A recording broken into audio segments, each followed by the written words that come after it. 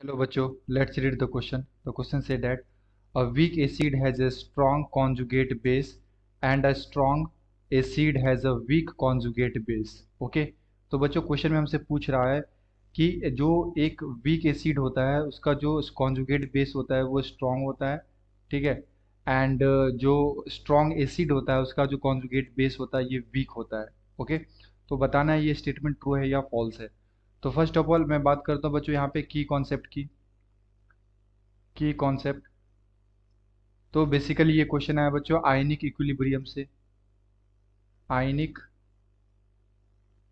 Equilibrium and इसमें हम लोग पढ़ते हैं acid base concept. Acid base concept. Okay, तो ये यहाँ से क्वेश्चन आया हुआ है। एंड फर्स्ट ऑफ ऑल हमसे क्या पूछा गया है, a weak acid has a strong conjugate base. तो लेट सपोज कि मेरे पास एक वीक एसिड है, मैं यहाँ पे एग्जांपल लेता हूँ एसिटिक एसिड की, CH3 C double bond OH। Okay, तो ये हमारे पास क्या है बच्चों, वीक एसिड है, वीक एसिड। तो अगर मैं इसे डिसोसिएट करवाऊंगा तो ये क्या देगा, हमें H प्लस देगा और साथ में देगा CH3 C double bond O minus. Okay, अब ये जो बच्चों पार्ट बच जाता है ना, जब भी हम लोग एसिड से क्या करते हैं H प्लस को हटाते हैं तो जो हमारे पास ये एनाइनिक पार्ट बचता है इसे हम लोग बोलते हैं कॉन्जुगेट बेस।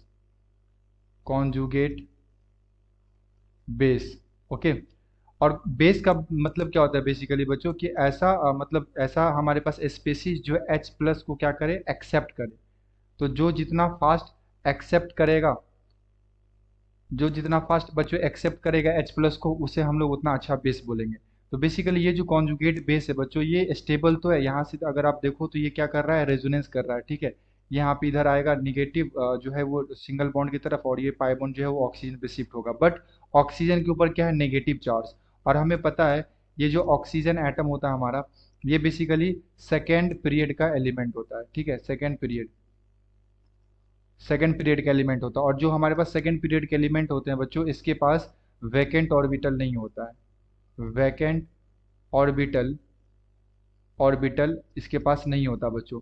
तो अगर वैकेंट ऑर्बिटल नहीं है तो ये उतना अच्छा स्टेबल नहीं होगा, क्योंकि ऑक्सीजन के ऊपर क्या नेगेटिव है। तो ये क्या करना चाहता है कि ये H प्लस को वापस से एक्सेप्ट करके और ये रिएक्शन को बैकवर्ड की तरफ ले जाना चाहेगा। ओके, और हमें पता भी है कि जो हमारे पास वीक एसिड होता है इसका जो डिग्री ऑफ डिसोसिएशन अल्फा होता है ये अप्रोक्स कितना होता है, 5%।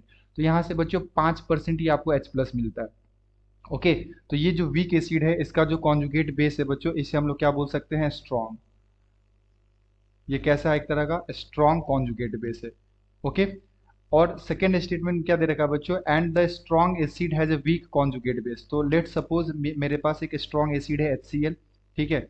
ये मेरे पास स्ट्रॉन्ग एसिड है, स्ट्रॉन्ग एसिड।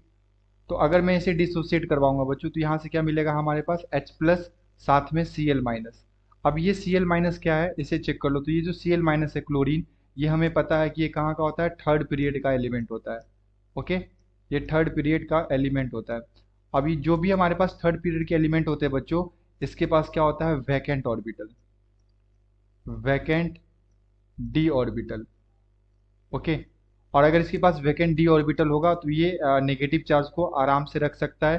तो इसे H प्लस की जरूरत नहीं है अपने आप को स्टेबल करने के लिए। ओके, तो ये क्या हमारा एक तरह का weak weak conjugate base, conjugate base है बच्चों, ठीक है।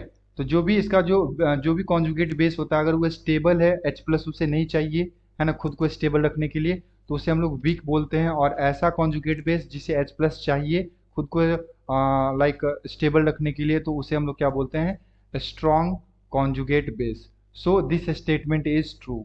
ये जो स्टेटमेंट दे रखा है बच्चों ये कैसा स्टेटमेंट है, ट्रू स्टेटमेंट है। Okay, I hope you will be understood it well. Best of luck, thank you.